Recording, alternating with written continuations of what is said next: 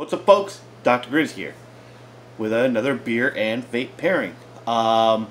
Today I'm trying something out of Vermont. Something a little more simple than what I usually do. So a lot of people see me do some crazy porters, some crazy stouts, some crazy IPAs, some crazy sours. Today we're gonna do something a little more simple.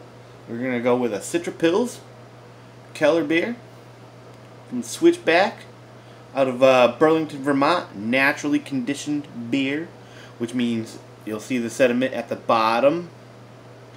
Probably not coming through on the camera, but there's a little sediment on the bottom, and what you do is you kind of just roll the bottle a little bit, get that sediment up a little bit, not too much. You don't want to get it all fizzied, but that's to get the yeast that's settled at the bottom back into the rest of the beer. You want that in the beer for the most flavor on these unfiltered, old school, like unfiltered, naturally conditioned beers. That's how you want to do it. All right, so I had a problem.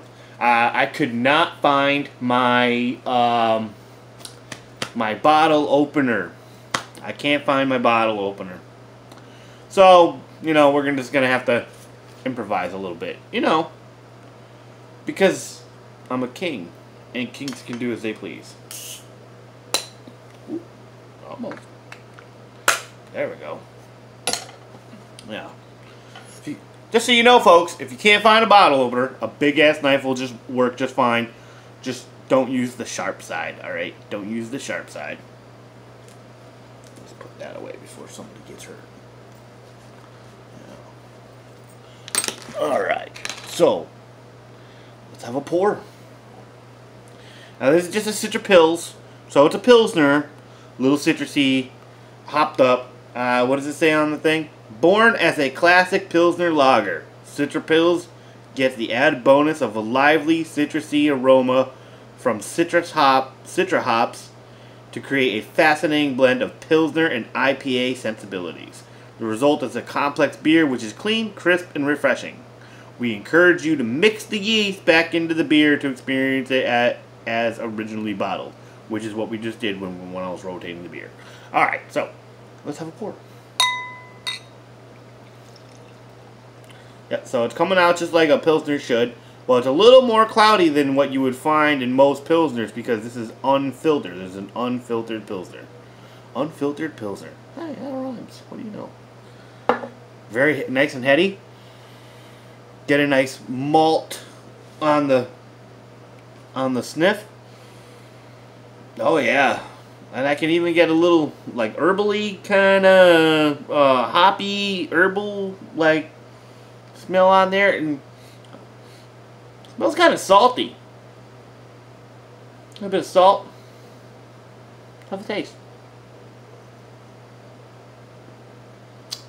Oh yeah. I like that.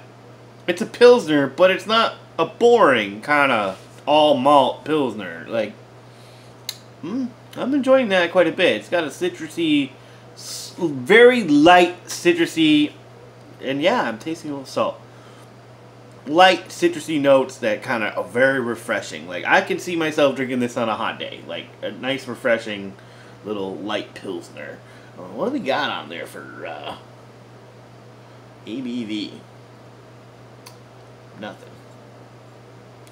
No ABV on it. No ABV on it that I can see. Nope. Never met him. He's alright. Alright. But otherwise, it's good, and it doesn't taste very alcoholic, so I don't think this is a very high ABV. This is probably in the, well, it's a Pilsner, so it's probably under 4. Most Pilsners are. It's quite delicious. What are we going to pair it with? Well, today we're going to rock the drop solo on the Ravage 230. Looking nice and clean and sexy on there. Got the beauty ring going with the metal case instead of the little tiny acrylic one. And we're going to be doing some Cloud Air Factory Melon Lush. I'm actually liking this quite a bit. Like a lot of times people when they get a watermelon, they're like, oh man, it tastes just like watermelon Jolly Ranchers. This doesn't really taste like that. This kind of just tastes like if you make a watermelon cooler, like, you know, you crush up a watermelon to get the juice out and, you know, add some seltzer to it and makes like a little drink, you know. It's called a watermelon cooler. Whatever. If you don't know what I'm talking about, your life was boring. Alright, so we're going to try some of this. Not too much. It's a single coil Addy, you know, so we don't need a lot. We don't need a lot. Let's have a vape.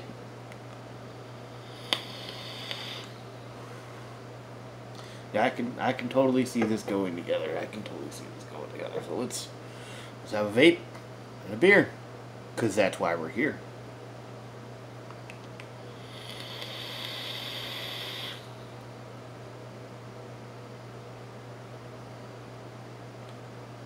Oh yeah. I'll have to go for another one of those.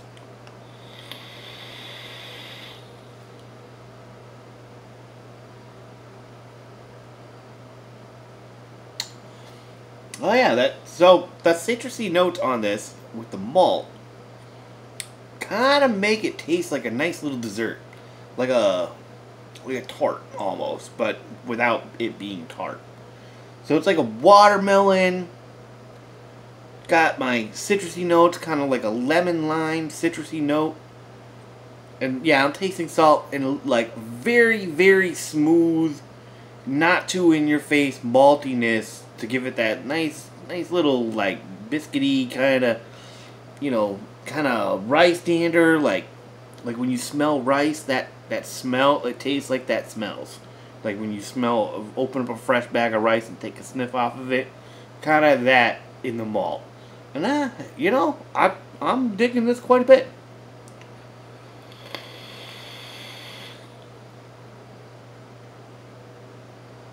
You know, these switchbacks, they're not really expensive. Like they're pretty affordable and pretty gettable. Like they're all over the place. I've seen them here and there. Never bothered to try one, but I saw them today, and there was a mixed pack. There's 2 other kinds of beer in there. One of them I already drank all of them. That was the extra pale. I wanted to save one for review, or for pairing, but yeah, they were good. So down the hatch they went. But other than that, folks. Oh, ooh, this is very effervescent, by the way. I'm getting very burpy on it, and you know. This is not quite. I mean, I'm liking this pairing. Yeah, you know what? I'm gonna get a little emotional. Hold on.